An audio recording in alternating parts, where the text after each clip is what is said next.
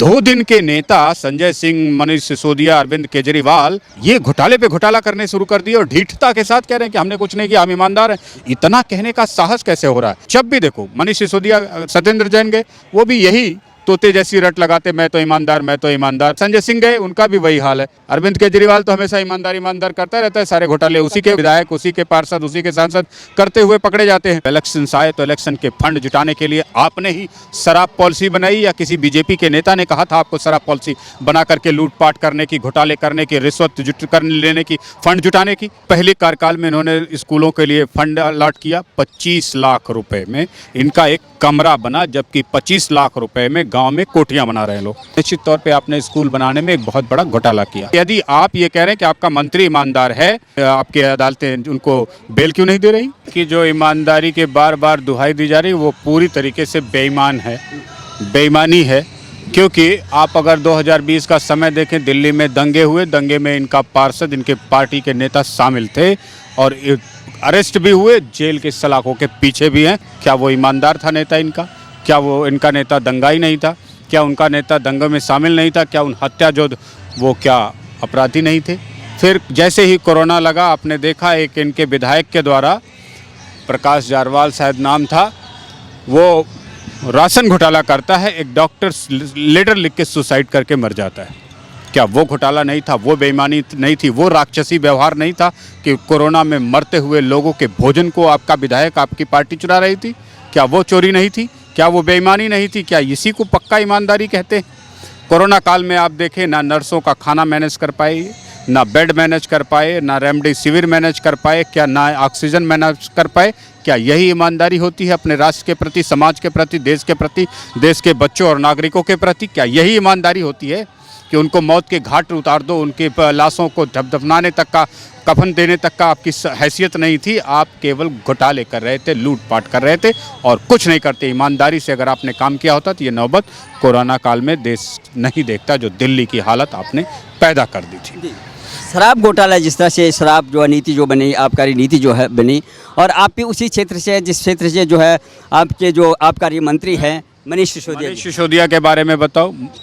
तो पहले कार्यकाल में इन्होंने स्कूलों के लिए फंड अलॉट किया 25 लाख रुपए में, इनका एक कमरा बना, जबकि 25 लाख रुपए में गांव में कोठियां बना रहे हैं लोग। क्या गांव के पढ़े लिखे अनपढ़ लोगों से भी बदतर तुम्हारा दिल्ली का इंजीनियर, पीडब्ल्यूडी डिपार्टमेंट मिनिस्टर है कि वो 25-25 लाख रुपए में कमरे बना रहा है? निश्चित तौर पे आपने स्कूल बनाने में एक बहुत बड़ा घोटाला किया। रक्त पी करके आप दिल्ली का बड़ा हो रहे थे। नतीजा हुआ कि जब इलेक्शन आए तो इलेक्शन के फंड जुटाने के लिए आपने ही शराब पॉलिसी बनाई या किसी बीजेपी के नेता ने कहा था आपको शराब पॉलिसी बना करके लूटपाट करने की, घोटाले करने की, रिश्वत लेने की, फंड जुटाने की? निश्चित तौर पे आप शामिल थे, आम आदमी पार्टी के नेता शामिल थे, संजय सिंह शामिल थे, मनीष सिसोदिया शामिल थे, अरविंद केजरीवाल डायरेक्ट इन्वॉल्व थे इस मामलों में। जिस तरह से जो अब जांच चल रही है, जिस तरह से जो गवाह जो है सरकारी गवाह बने हुए हैं, और वो उन्हीं में से, उसी लॉबी में से जो लोग जो है इनके लिए लॉबिंग करते थे, जो इनके लिए काम करते थे, उन्हीं के से जो है एक एक क्लू सामने आ रहा है। तो अब कितनी बड़ी लिस्ट जाएगी आखिर में, जो है ये कहाँ तक जाएगी? ये सब लिस्ट के आखिरी कोने में जो आखिरी व्यक्ति है, कोई भी बचना नहीं चाहिए। लेकिन आज वर्तमान स्थिति में मैं बहुत स्पष्टता से इसे कहूँगा, ना केजरीवाल के फेवर में, ना मोदी के फेवर में।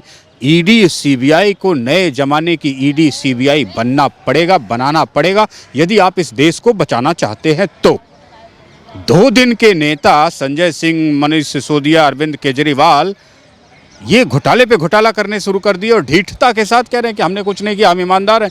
इतना कहने का साहस कैसे हो रहा है? निश्चित तौर पे वो जानते हैं कि ईडी सीबीआई का मुकदमा 10 को तक चलेगा।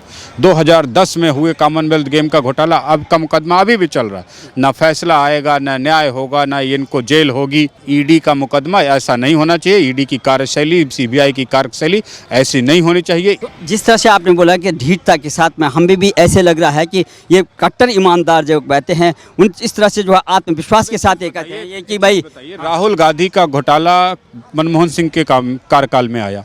मनमोहन सिंह के 2 कार्यकाल पूरे हो गए, मोदी जी के 2 कार्यकाल पूरे हो गए, और राहुल गांधी दोनों, तीनों, चारों कार्यकाल में संसद में बैठे रहे, भाषण देते रहे, कभी मोदी को चोर, कभी बेईमान, कभी कडरपोक, क्या क्या कहा। क्या न्याय होता इस देश में तो ये हो पाता? क्या अदालतों के अंदर बैठे जजों में थोड़ा भी मान सम्मान राष्ट्र के प्रति होता तो ये हो पाता? क्या दोबारा सांसद चुने जाते? इसीलिए मैं कह रहा हूं कि ऐसी ईडी, सीबीआई और जस्टिस सिस्टम से काम इस देश का भला नहीं होने वाला है। आपको चाहिए एक नए ज़माने का जुडिशरी सिस्टम, नए ज़माने की ईडी, नए ज़माने की सीबीआई। 2 महीने के अंदर फैसला कर दो। सारे साक्ष्य तो सामने हैं आपके, दूध की तरह जनता के सामने लाने, कोर्ट में पेश करने और फैसले देने में कोर्ट को कहाँ प्रॉब्लम है। यदि निर्णायक स्थिति हो जाए, कल को फैसला आ जाए, तो आम आदमी पार्टी में कोई अगला व्यक्ति पैदा नहीं होगा या पैदा होने की साहस नहीं रख पाएगा कि वो घोटाले कर सके। तो जिस तरह से वो हर मंच से बोलते हैं, जब भी देखो, जब भी गिरफ्तारी होती है तो प्रेस कॉन्फ्रेंस हो जाती है, हमारे पास कुछ नहीं मिलने वाला। जैसे कि संजय सिंह जी कह रहे हैं स्वागत है ईडी का, और अब मैं जो है ईडी पे जो है मुकदमा करूंगा, क्योंकि मेरे यहाँ बेवजह से जो है 7 बजे आकर के लगभग जो है 11 घंटे जो है सीबीआई जो है वहाँ पूछताछ किए। संतोषजनक उत्तर न दे पाने से जो है 11 घंटे बाद जो है उनको बंद किया गया, और इसके बाद भी जो है भारत माता की जय और ऐसे जा रहे हैं जैसे माने कि बहुत बड़े जो है जो क्रांतिकारी और जो है स्वतंत्रता सेनानी हो, इस तरह से जा रहे थे जो है जेल जाने के लिए। तो क्या लगता है आपको इसी अवसर को समझना है? ये अवसर, ये भाषा, ये शब्द, ये हौसला चोरों में कैसे डेवलप हो गया है। उन्हें तो रोना चाहिए, उन्हें तो दर्द से कराहना चाहिए, उन्हें तो गिरना चाहिए, लेकिन नहीं, कोई दूध का धुला नहीं है। देश में ऐसे ईडी, सीबीआई से जनता का, समाज का विश्वास उठ जाए, इससे पहले ईडी और सीबीआई को अपने कैरेक्टर, अपनी कार्यशैली को झांकना पड़ेगा, तौलना पड़ेगा, नापना पड़ेगा। अन्यथा 2010 के कॉमनवेल्थ गेम के घोटाले, 2023 में मुकदमे चल रहे, मनमोहन सिंह का कार्यकाल गया, दूसरा कार्यकाल चला गया, उसके बाद मोदी का कार्यकाल आया, दूसरा कार्यकाल मोदी का समाप्त होने वाला है। ना फैसला, ना जस्टिस, ना न्याय, ना देश को वो लूटा गया पैसा वापस आया। देश के प्रति मरने मिटने का, संकल्पित होने का, न्यायप्रिय सत्ता शासन व्यवस्था बनाने की जिम्मेदारी आज की सरकार की है, आज की तमाम एजेंसियों की है। अगर आप ये छवि बना के चल रहे हैं, कोई आपको चोर कह रहा है, कोई आपको बेईमान कह रहा है, कोई खुद ही कह रहा है आपके ऊपर मुकदमा करेंगे, तो मुझे लगता है कि ईडी, सीबीआई को अपनी कार्यशैली स्पष्टता के साथ दिखानी होगी, कार्य को संपादित करना होगा और दोषियों को सजा दिला करके देश का विश्वास जीतने की आज जरूरत है। क्योंकि जब भी देखो, मनीष सिसोदिया, सत्येंद्र जैन गए, वो भी यही तोते जैसी रट लगाते, मैं तो ईमानदार, मैं तो ईमानदार। मनीष सिसोदिया गए, उनका भी वही हाल है। संजय सिंह गए, उनका भी वही हाल है। अरविंद केजरीवाल तो हमेशा ईमानदार ईमानदार करता रहता है, सारे घोटाले उसी के विधायक, उसी के पार्षद, उसी के सांसद करते हुए पकड़े जाते हैं।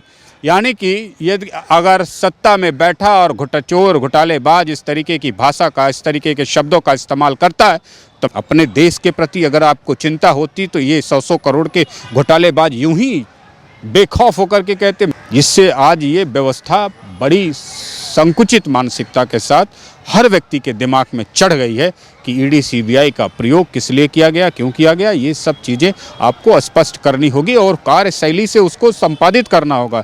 ये नहीं कि भाषा, जुबान और पार्टियों और मीटिंगों में भाषणों से इसका तय होगा लहजा। आपको इसको स्टैब्लिश करना होगा, सबूत देने होंगे। 2 महीने के अंदर जस्टिस करो ना। मनीष सिसोदिया के केस का जस्टिस करो, सत्येंद्र जैन के केस का जस्टिस करो, राहुल गांधी के केस का जस्टिस करो, कॉमनवेल्थ गेम के घोटाले का जस्टिस करो और दो इस देश को। आपको निर्णायक स्थिति उत्पन्न करनी होगी। अपने कैरेक्टर, अपनी कार्यशैली से विश्वास जीतना है देश का। केवल ईडी, सीबीआई लिख देने से, रिश्वत में किसी को अरेस्ट कर लेने से कुछ नहीं होगा। सजा दो ना भाई।